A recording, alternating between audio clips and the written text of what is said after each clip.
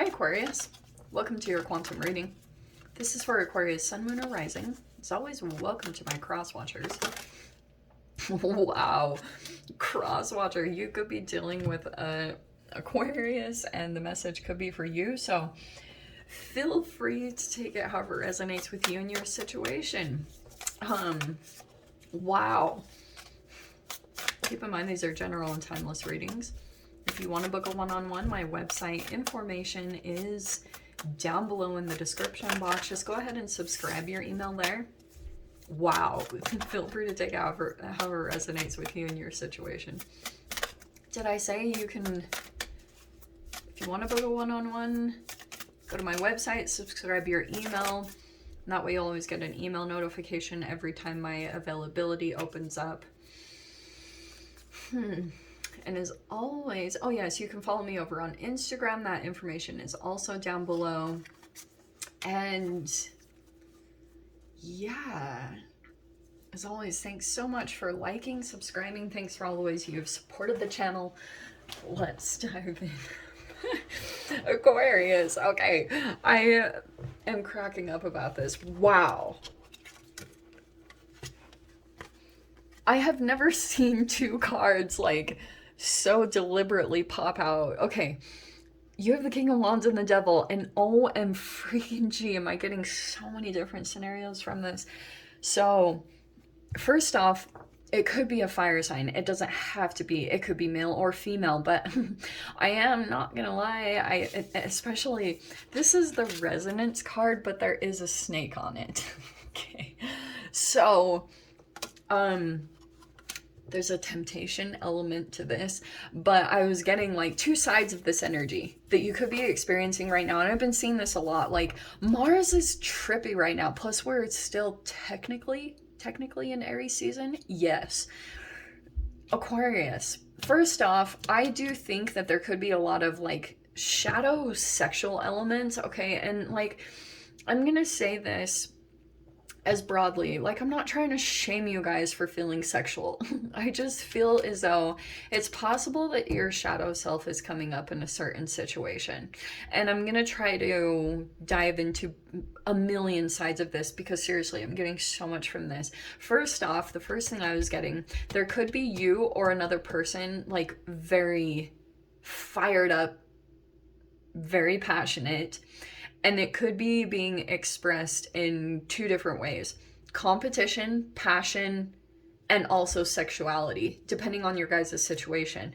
So one scenario of this could be you've got a player that's obsessed with you, and the fact that you are not giving in to them is pretty much driving them insane, because like this could be a person that is completely boggled egotistically about like, what? Like, why isn't Aquarius choosing me? And it's because you're like, well, I'm an Aquarius. I don't play in that game. Like you, that's the Aquarius type of trait, is you have an element of you that doesn't follow the norms, a little bit more out of the box. You don't like do things in the normal structured way. Okay. And there even could be just a tad element of Lilith to that. Like, just a titch of rebelliousness. But it could be because, like, this person, yeah, was being just a little bit of a douche. You know? Very possible. That's why I was saying egotistically, like, this person could be super full of themselves, like, thinks, I've got this in the bag, like, Aquarius is there, and you're like, no. So that's the funny thing. So this is definitely one of those scenarios of the more that you, like, are disinterested in this person, their passion and desire is growing stronger for you. Also,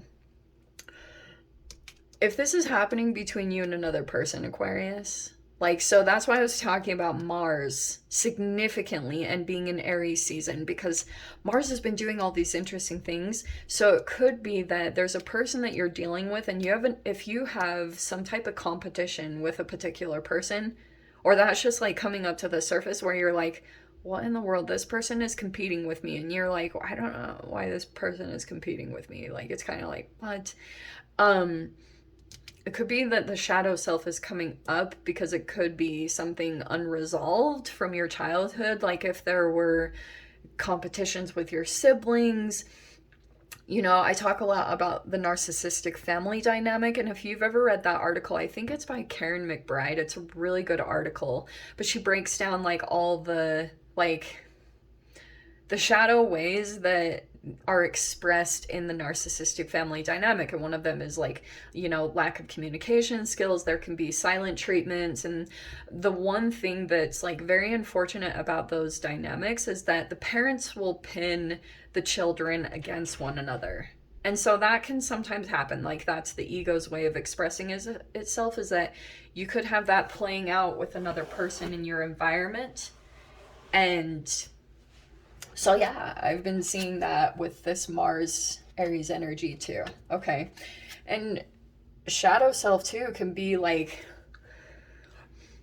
you could have someone who's popping in and playing out the golden child, and you could be the scapegoat, like, or it could be reversed. And that's what you have to be, that's where you're going to have to just shine a light of awareness on your shadow self, Aquarius, because you probably could, with your amount of intellect, play dirty. And I would just stay hyper aware, because that's why I was talking a tad of Lilith. Lilith can come up in these dynamics, either on this person's side or the other. Everyone has Lilith in their chart, just FYI.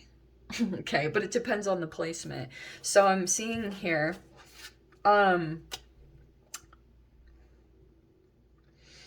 so we have a responsibility that popped out. Okay. Which could be you. I mean, these dynamics could shift, but, and then we have sovereignty, which is the coccyx. Aquarius, so that's what I'm getting in this situation, is that you're trying to take your power back in this situation. And that could be what Mars is coming in to teach you, is to try to activate Mars energy, which is about muscle strength, all that. So resonance is, yes, you staying in touch with yourself, but I feel like there's a person that's coming in and pushing you in that way too. Let's see. This is getting super juicy. All right. Yeah, I think you are going to have to keep yourself in check. And I love that the Temperance card came out first. I am going to take that totally. Because we're going to take from here. Yeah. Because I feel like you're trying to moderate constantly, and that's going to be a fluctuation, because this is going to throw you curveballs, Aquarius. This is a very like spontaneous type of fiery, like, whoa, you don't see, like, whoa, there's this element coming in.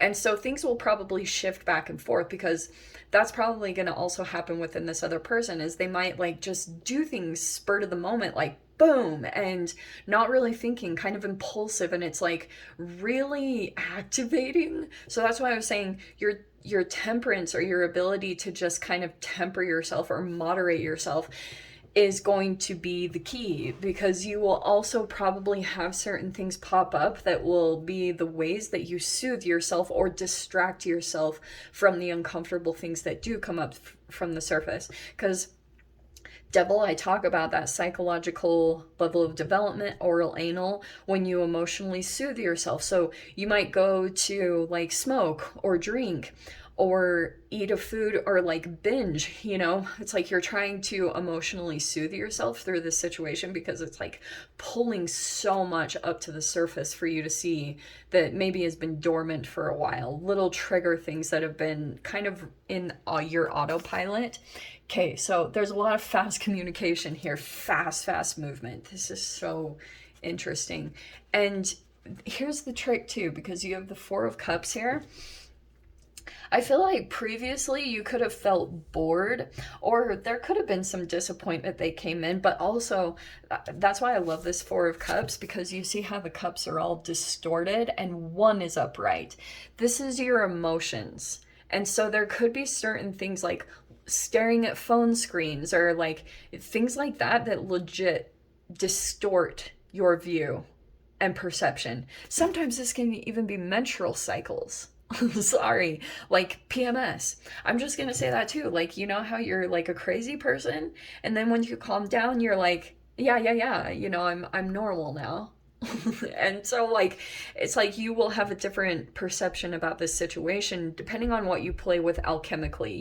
It's all chemical stuff that's going on within you. We have, what is this? Six of Cups? Yes. Yeah, that's what I was talking about with the nostalgia. Like, this might all feel like I've been through this before. It might also activate some memories from the past. So if you're in a new dynamic right now, it might be bringing up specific times in maybe an old work environment or something like that. And you're like, so that could be triggering, or it's just like very nostalgic. You could be have like some type of experience in your past that will be helpful for you at this time, that you're like, okay, when I behaved this way in the past, when I was dealing with something similar, it played out this way. And back then you maybe didn't have as much power or as much knowledge. So you can play your cards differently in this situation depending on energetically. Like the Temperance card is the key to all of it.